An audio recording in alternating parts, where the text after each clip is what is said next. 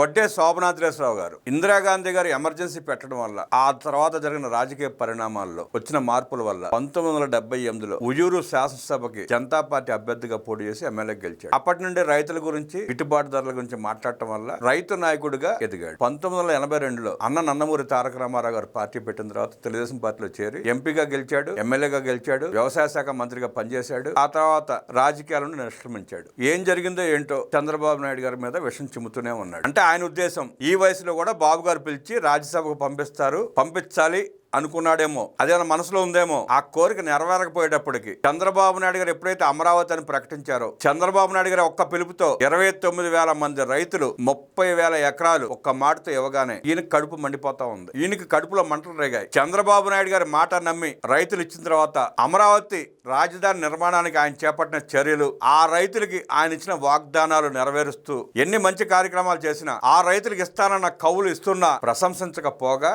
విషం చిమ్ముతూనే ఉన్నాడు ఈయన. జగన్మోహన్ రెడ్డి 5 ఏళ్ల పాలనలో రైతులను ఇబ్బంది పెట్టినప్పుడు గాని, మహిళా రైతుల్ని కొట్టించినప్పుడు గాని, అమరావతి టు దేవస్థానం వెళ్ళినప్పుడు నెల్లూరు జిల్లాలో ఆ రైతుల్ని భోజనం చేయనివ్వకుండా జగన్మోహన్ రెడ్డి వ్యవహరించిన తీరును గాని, కౌళ్లు ఇవ్వకుండా ఇబ్బంది పెట్టినప్పుడు గాని మాట్లాడని ఈ పెద్ద మనిషి మళ్ళీ చంద్రబాబు నాయుడు గారు ముఖ్యమంత్రి అయ్యి అమరావతి నగర నిర్మాణం శరవేగంగా జరుగుతూ ఉంటే, అమరావతి రాజధాని చట్టబద్ధత కల్పించబడ్డా కూడా ఇప్పటికీ విషం చిమ్ముతున్నాడు ఈయన. ఆంధ్రప్రదేశ్ మేధావులలో అతి గొప్ప అతి మేధావి ఒక ఆయన విజయబాబు గారు. ఆయన ఈయన్ని ఇంటర్వ్యూ చేశాడు నిన్న మొన్న.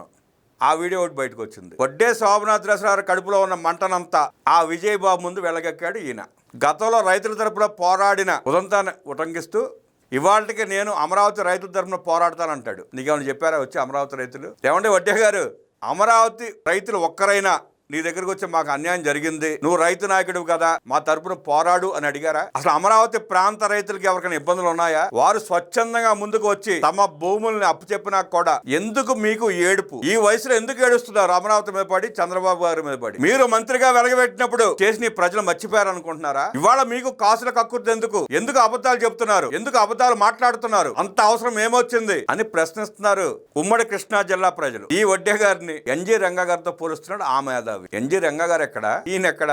రైతుల కోసం పోరాటం చేసి ఉండొచ్చు, తన రాజకీయ వృద్ధి కోసం రాజకీయంగా ఎదగడానికి ఒక మార్గం చేసుకుని రైతుల కోసం మాట్లాడి ఉండొచ్చు, పోరాటాలు చేసి ఉండొచ్చు. అయినంత మాత్రాన ఆ స్థాయి నాయకుడు కాదు కదా ఆయన. ఆనాడు కాంగ్రెస్ గవర్నమెంట్ లో రైతులను ఇబ్బంది పెట్టినప్పుడు పోరాటాలు చేసి ఉండొచ్చు. ఇవాళ అవసరం ఏముంది? జగన్మోహన్ రెడ్డి 5 ఏళ్ల పాలనలో రైతులు పడిన ఇబ్బందులు మీకు ఆ రోజు గుర్తు రాలేదా? ఆ రోజు ఎందుకు మాట్లాడలా? ఆ రోజు అమరావతి రైతుల తరపున ఎందుకు మాట్లాడలా? జగన్మోహన్ రెడ్డి 5 ఏళ్ల పాలనలో రైతుల దగ్గర ధాన్యం సేకరించి 6 మాసాలు సంవత్సరం కూడా డబ్బులు ఇవ్వనప్పుడు ఎందుకు జగన్ రెడ్డి నిలదీలా? ఇవాళ కూటమి ప్రభుత్వం వచ్చిన తర్వాత ధాన్యం సేకరించిన 24 గంటల్లో రైతుల ఖాతాలో డబ్బులు పడతాంటే ఇవాళ మీ కడుపు ఎందుకు మండుతుంది? మీరు రైతుల పక్షపాత, రాష్ట్ర పక్షపాత, జగన్ రెడ్డి పక్షపాత ఇక్కడ అర్థమవుతుంది. జగన్ రెడ్డి కోసం ఊడిగం చేస్తున్న కురు వృద్ధుడు వడ్డే శోభనాద్రేశ్వరరావు అని మీరు ఒక పక్కన గొంగట్లో ఆనందంట బొచ్చు వచ్చిందని చెప్పుకోవడం హాస్యాస్పదంగా ఉంది సార్. వడ్డే గారు, హాస్యాస్పదంగా ఉంది. జగన్ రెడ్డి ఎప్పుడు కష్టాల్లో ఉన్నా బయటకు వచ్చి ఏదో బాబు గారిని 4 మాటలు అంటే